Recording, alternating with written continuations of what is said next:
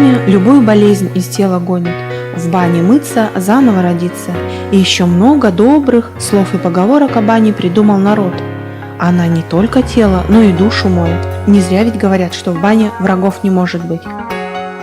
Баня в России встречается повсеместно. Она широко применялась в народной медицине для лечения простудных, кожных и травматических заболеваний. Особенно почитают ее на севере, ведь баня и выпарит, и вылечит, и в жару сил прибавит, и в морозы обогреет.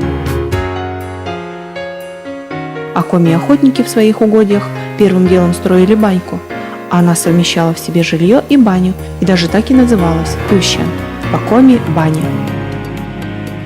Есть несколько видов бань – русская парная, сауна, турецкая баня, хамам, и отапливаться они могут по-разному. Но прародительницей всех бань является одна и та же бревенчатая изба, истапливаемая по-черному. Трубы в бане по-черному нет, поэтому дым, проходя через камни, уходит в отверстие в стене. Стены и потолок в такой бане всегда прокопченные, отсюда и название такой бани – по-черному. Сейчас такая банька для людей в диковинку, ведь многие считают, что париться по-черному значит измазаться сажей, задыхаться от гари в маленькой комнате у открытого камина. Но банщики-гурманы предпочитают ее всем остальным.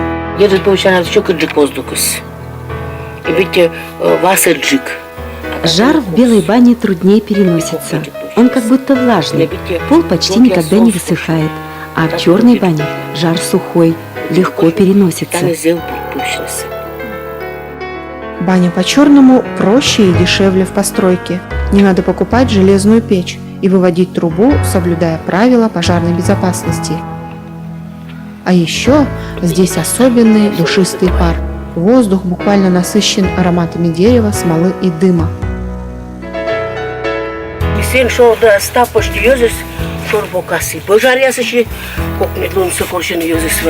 Коми-люди мылись в бане часто, 1-2 раза в неделю, а в сенокос топили каждый день.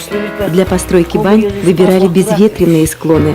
Раньше они находились на берегу рек и ручьев. Это и к воде поближе, и в целях пожарной безопасности удобно.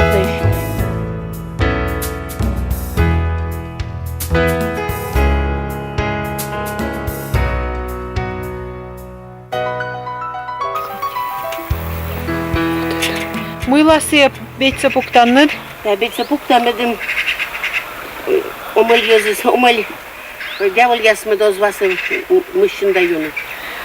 У нас давно так заведено. Палка как оберег. Это для того, чтобы злые духи воду не могли испортить. Принесем воду и ведро закрываем палкой. В нашей семье до сих пор все так делают. Нанести воды и наполнить чаны надо обязательно до того, как затопишь такую баню, иначе дым и угарный газ не дадут зайти в нее.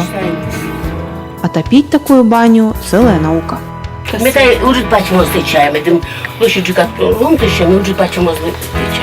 Дрова раскладываю как в большой печи. 4 полена, что потоньше, кладу вдоль, а на них 3 полежки поперек.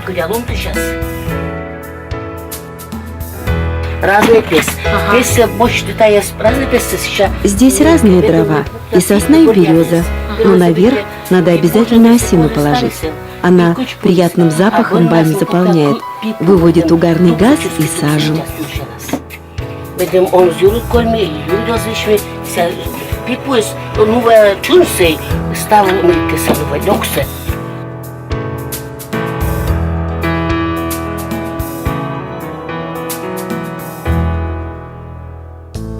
Как ни странно, баня по-черному гигиеничнее бани по-белому. Имеющаяся в бане сажа полезна тем, что она поглощает все дурные запахи и дезинфицирует помещение, так что бояться копоти в такой бане не следует. Ведь коптятся в такой бане в основном стены и потолок, а пол и лавки чистенькие.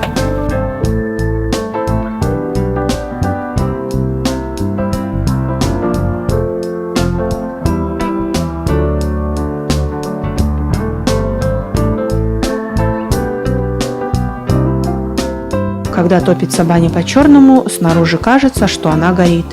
Дым выходит отовсюду, где найдет отверстие.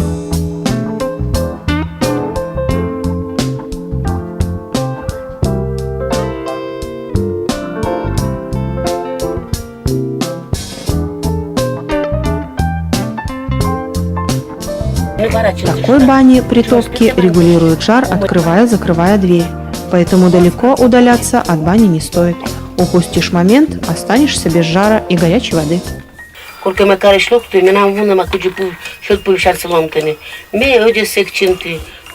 Я как-то приехала с города, затопила эту баньку и, видать, забыла, как ее топить. Все закрыла. Уже когда пришла помыться, оказалось, вода в баке совершенно холодная.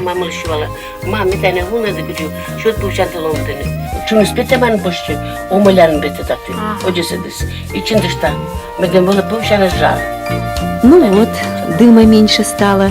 Немного прикроем дверь, иначе баня остынет. Потом приду, еще проем уменьшу. Надо внимательно смотреть, чтобы не упустить созревание бани. Когда перестанет чадить и будет вкусный банный запах, все, пора закрывать.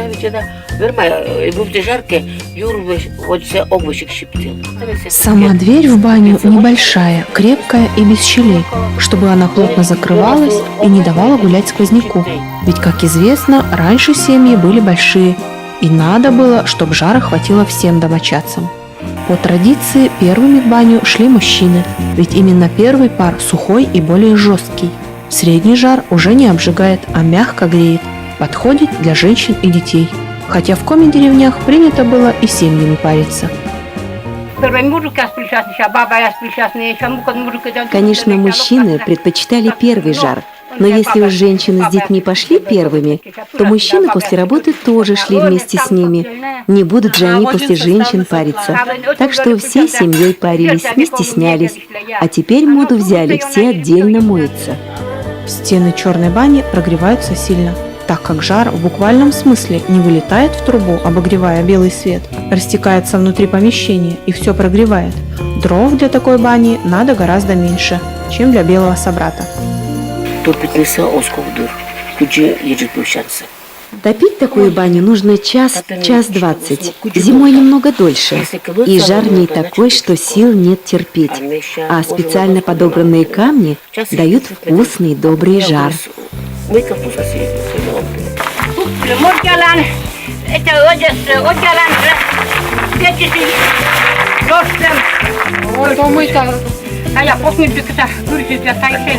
Это вот маленькие камни. Собрала их недалеко, возле ручья. Не все булыжники можно класть в каменку. Каждый камень нужно тщательно осматривать, чтобы не было острых углов и трещин, иначе такой камень может взорваться. Предпочитая серые камни, считается, например, что голубые камни могут отравить организм. А еще булыжник можно нагреть в костре, а затем полить его водой.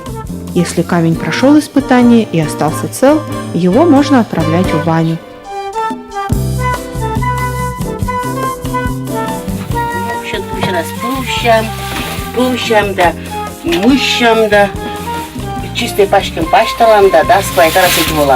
Вот попалимся мы в баньке и снова 16-летними станем. А еще мама после бани всегда опоясывалась и молчала. В старину считали, что человек после бани чист душой, и на каждой жердине забора человека поджидают злые силы, чтобы в него вселиться. Бане приписывались магические свойства. Здесь и гадали, и лечились, и даже роды принимали. Считалось, что баня своего рода – переход в другой мир. Но это уже совсем другая история.